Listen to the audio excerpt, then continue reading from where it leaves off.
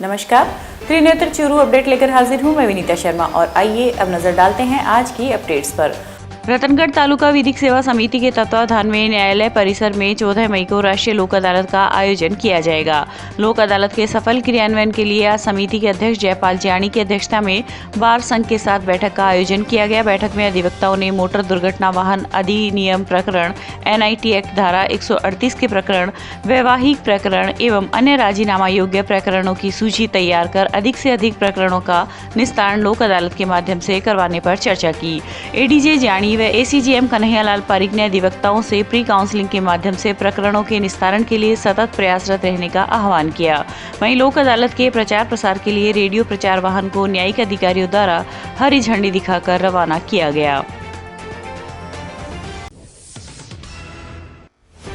चूरू के अग्रसेन नगर की सम्मानीय मातृशक्ति द्वारा राम मंदिर के सामने स्थित सार्वजनिक पार्क में अक्षय तृतीया व परशुराम जयंती के पावन पर्व पर पक्षियों के लिए परिंदे लगाए गए।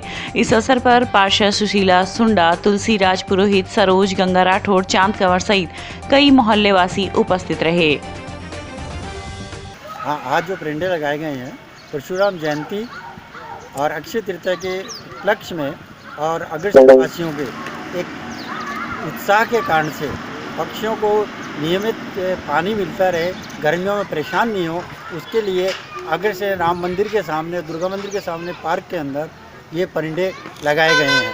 और ये अग्रसेन वासियों का एक सौहार्दपूर्ण और दयावान दृष्टि को दर्शाता है। और अग्रसेन नगर वासी हमेशा अपने कर्तव्यों के प्रति अग्रसर रहते हैं। आपका नाम? विमल भटनागर। राजल देसर की श्रीनाथ नगर गौशाला परिसर में समाज सेवी व पर्यावरण प्रेमी शिक्षक बाबूलाल तूनगरिया ने अक्षय तृतीया के उपलक्ष्य में मंगलवार को गौशाला के मंत्री पवन बोथरा, पशु चिकित्सक राजेश व श्याम पांडे के सानिध्य में बरगद, नीम व जामुन के फलदार व छायादार पौधों का रोपण कर पक्षियों के लिए परिंदे व दान पात्र लगाए। इस दौरान तूनगरिया ने गौमाता को गुड़ खिलाकर श्रद्धापूर्वक अक्षय तृतीया मनाई और वहां पहुंचे लोगों को ग्लोबल वार्मिंग से बचने के लिए पौधरोपण का संदेश दिया। मंत्री बोथरा ने तूनगरिया के इस कार्य की सराहना करते हुए कहा कि मानव जीवन को जीवंत रखने के लिए वृक्षों का होना अति आवश्यक है। यदि पृथ्वी पर पेड़ नहीं होंगे तो जीवन असंभव हो जाएगा। आज श्रीनाथ नगर गौशाला में हमारे शिक्षाविद और पर्यावरण प्रेमी आदरणीय श्री गुरुजी बाबूलाल जी तूनगरिया के द्वारा गाय माता के लिए 21 किलो गुड़ खिलाया गया गाय माता को। उसके साथ ही पक्षियों के लिए 21 पानी के परिंदे लगाए गए और उन पे चुके के परिंदे भी साथ में लगाए गए। 5 वृक्ष लगाए गए इस परिसर में। मैं श्रीनाथ नगर गौशाला परिवार के तमाम सदस्यों की ओर से आदरणीय बाबूलाल जी तूनगरिया का आभार एवं धन्यवाद ज्ञापित करता हूं। और साथ साथ इन्होंने पिछले कोरोना काल में जो मानव सेवा की है, मास्क वितरण में तो इन्होंने शायद रिकॉर्ड ही बना लिया। बहुत संख्या में इन्होंने मास्क वितरण किया। उसके साथ साथ अन्य गतिविधियों, जो भी सामाजिक गतिविधियां हैं, उनमें बाबूलाल जी का हमेशा योगदान रहता है। चाहे शिक्षा का क्षेत्र हो, चाहे स्वास्थ्य का क्षेत्र हो, जहाँ भी उन्हें लगता है कि मेरी सेवा मैं कर सकता हूँ, वहाँ ये सेवा करते हैं।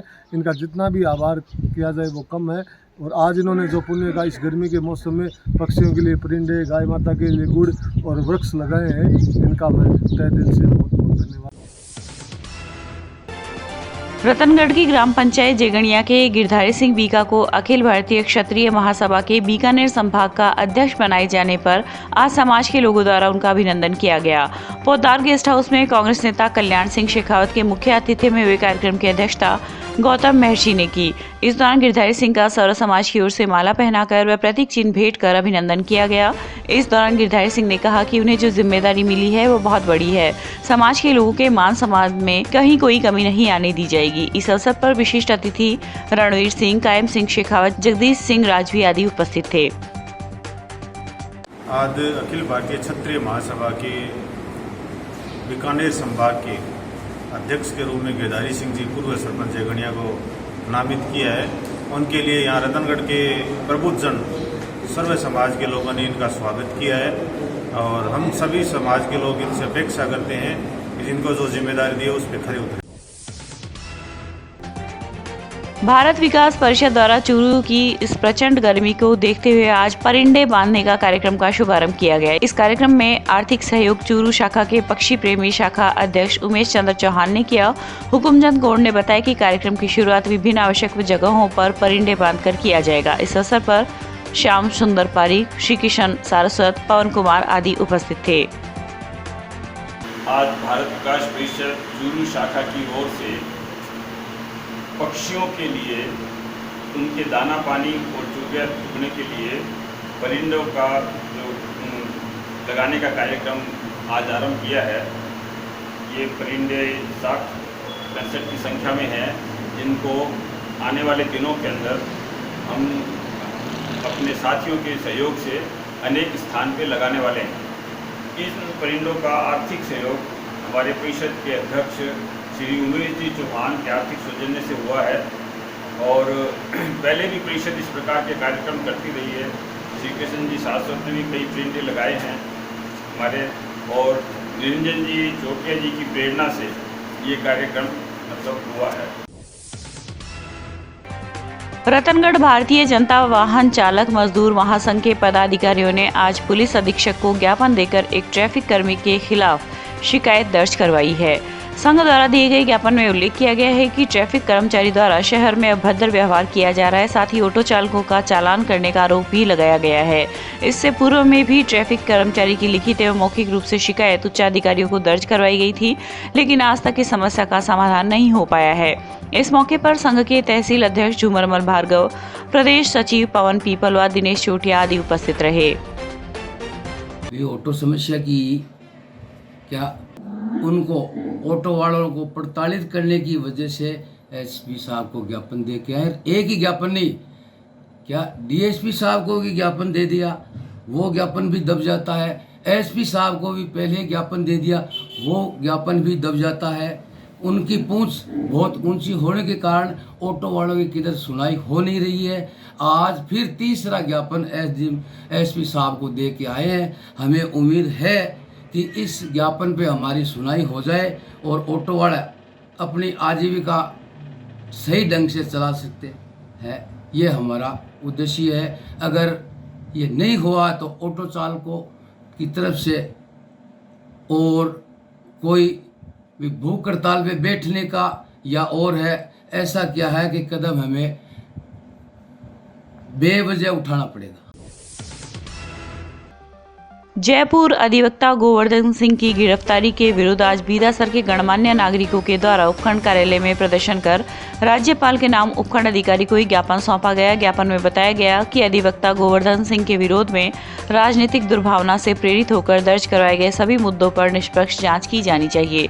इसके अलावा उनके परिवार के सदस्यों व साथियों को परेशान न करने की मांग की गई है। इस मौके पर पूर्व पालिका उपाध्यक्ष जयप्रकाश बैगानी, रामोतार मारोठिया, महेंद्र सिंह सहित अनेक लोग उपस्थित रहे।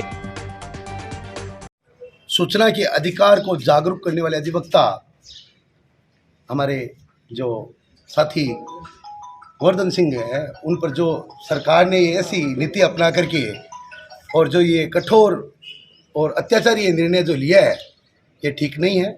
अगर सरकार समय पर होश में नहीं आती है तो जनता सरकार को रोड पर ला देगी।